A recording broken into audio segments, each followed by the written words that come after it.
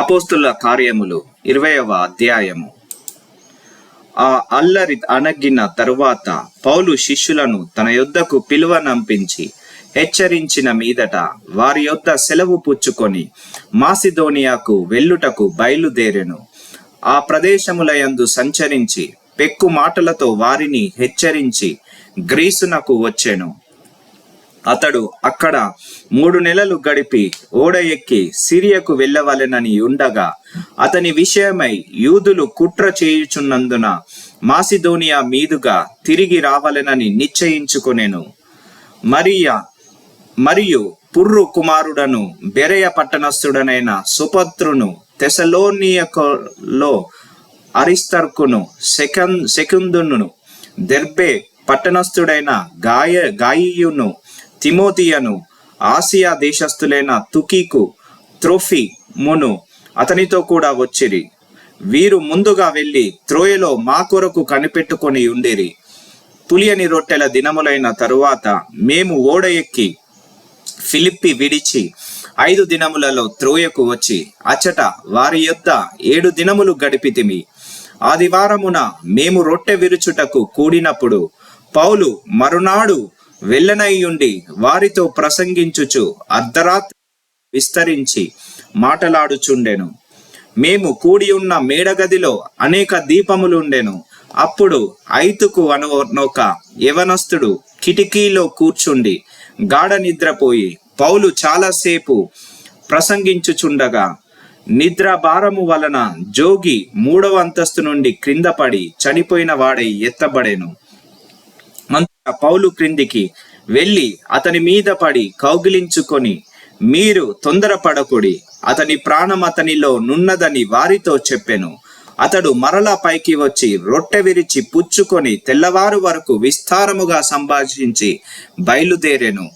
వారు బ్రతికిన ఆ చిన్నవానిని తీసుకొని వచ్చినప్పుడు వారికి విశేషమైన ఆదరణ కలిగేను. మేము ముందుగా ఓడ ఎక్కి అస్సులో పౌలును ఎక్కించుకొనవలెనని అక్కడికి వెళ్ళితిమి. తాను కాలినడకను వెళ్ళవలెనని అతడా ప్రకారముగా మాకు నియమించుచుండెను. అస్సులో అతడు మాతో కలిసి కొన్నప్పుడు మేమతనిని ఎక్కించుకొని మితులేనేకు వచ్చితిమి. అచ్చట నుండి వెళ్ళి మరునాడు కియోసునకు ఎదురుగా వచ్చితిమి. మరునాడు సమోసునకు చేరి ఆ మరునాడు మిలేతుకు వచ్చితిమి. సాధ్యమైతే పెంతెకోస్తు దినమున యెరూషలేములో ఉండవలెనని పౌలు త్వరపడుచుచుండెను గనుక అతడు ఆసియాలో కాలహరణము చేయకుండా ఎఫెసును దాటిపోవలెనని నిశ్చయించుకొని ఉండెను. అతడు మిలేతు నుండి ఎఫెసునకు వర్తమానము పంపి సంఘపు పెద్దలను పిలిపించెను.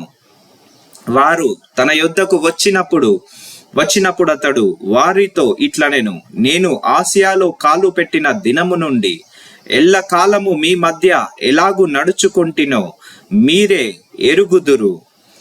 యూదుల కుట్ర వలన నాకు శోధనలు సంభవించినను కన్నీళ్లు విడుచుచు పూర్ణమైన వినయ భావముతో నేనెలాగున ప్రభువును సేవించుకుంటునో మీకే తెలియను. మరియు ప్రయోజనకరమైనది ఏదియు దాచుకొనక బహిరంగముగాను ఇంటింటను మీకు తెలియజేయుచు బోధించుచు దేవుని యొద్దట మారు మనస్సు పొంది మన ప్రభువైన యేసుక్రీస్తునందు విశ్వాసముంచవలనని యూదులకును గ్రీసు దేశస్థులకును ఎలాగు సాక్ష్యమిచ్చుచుంటినో ఇదంతయు మీకు తెలియను. ఇదిగో నేనిప్పుడు ఆత్మయందు బంధింపబడిన వాడనై యెరూషలేమునకు వెళ్ళుచున్నాను. అక్కడ నాకు ఏమేమి సంభవించునో తెలియదు గాని బంధకములను శ్రమలను నా కొరకు కాచుకొని ఉన్నవని పరిశుద్ధాత్మ ప్రతి పట్టణములోనూ నాకు సాక్ష్యమిచ్చుచున్నాడని తెలియను. అయితే దేవుని కృపా సువార్తను గూర్చి సాక్ష్యమిచ్చుటయందు నా పరుగును నేను ప్రభువైన యేసు వలన పొందిన పరిచర్యను తుదముట్టింపవలెనని నా ప్రాణమును నాకెంతో మాత్రమును ప్రియమైనదిగా ఎంచుకొనుటలేదు. ఇదిగో దేవుని రాజ్యమును గూర్చి ప్రకటించుచు నేనును మీ మధ్యను సంచరించుచుంటిని. మీలో ఎవరును ఇక మీదట నా ముఖము చూడరని నాకిప్పుడు తెలియను. కాబట్టి మీలో ఎవరి నాశనము విషయమైనను నేను దోషిని కానని నేడు మిమ్మును సాక్ష్యము పెట్టుచున్నాను. దేవుని సంకల్పమంతయు మీకు తెలుపకుండా నేనేమియు దాచుకొనలేదు. దేవుడు తన స్వరక్తమిచ్చి సంపాదించిన తన సంఘమును కాయుటకు పరిశుద్ధాత్మ మిమ్మును దేనియందు అధ్యక్షులనుగా ఉంచెను. ఆ యావత్తు మందను గూర్చియు మీ మట్టుకు మిమ్మును గూర్చియు జాగ్రత్తగా ఉండుడి. నేను వెళ్ళిపోయిన తర్వాత క్రూరమైన తోడేళ్లు మీలో ప్రవేశించునని నాకు తెలియను. వారు మందను కనికరింపరు, మరియు శిష్యులను తమ వెంట ఈడ్చుకొని పోవలెనని వంకర మాటలు పలుకు మనుష్యులు మీలోనే బయలుదేరుదురు. కావున నేను 3 సంవత్సరములు రాత్రింబగళ్ళు కన్నీళ్లు విడుచుచు ప్రతి మనుష్యునికి మానక చెప్పి తినని మీరు జ్ఞాపకము చేసుకొని మెలకువగా ఉండుడి. ఇప్పుడు దేవునికిని ఆయన కృపావాక్యమును మిమ్మును అప్పగించుచున్నాను. ఆయన మీకు క్షేమాభివృద్ధి కలుగజేయుటకును పరిశుద్ధ పరచబడిన వారందరిలో స్వాస్థ్యమును గ్రహించుటకును శక్తిమంతుడు. ఎవని వెండినైనను బంగారమునైనను వస్త్రములైనను నేను ఆశింపలేదు. నా అవసరముల నిమిత్తము నాతో ఉన్నవారి నిమిత్తమును ఈ నా చేతులు కష్టపడినవని మీకే తెలియను.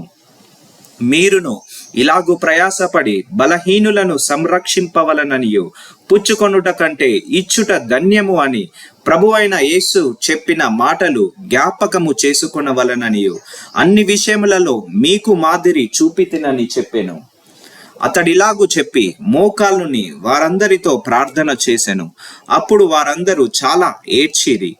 మీరు ఇక మీదట నా ముఖము చూడరని అతడు చెప్పిన మాటకు విశేషముగా దుఃఖించుచు పౌలు మెడ మీద పడి అతన్ని ముద్దు పెట్టుకొని వారు ఓడ వరకు అతనిని సాగనంపిరి.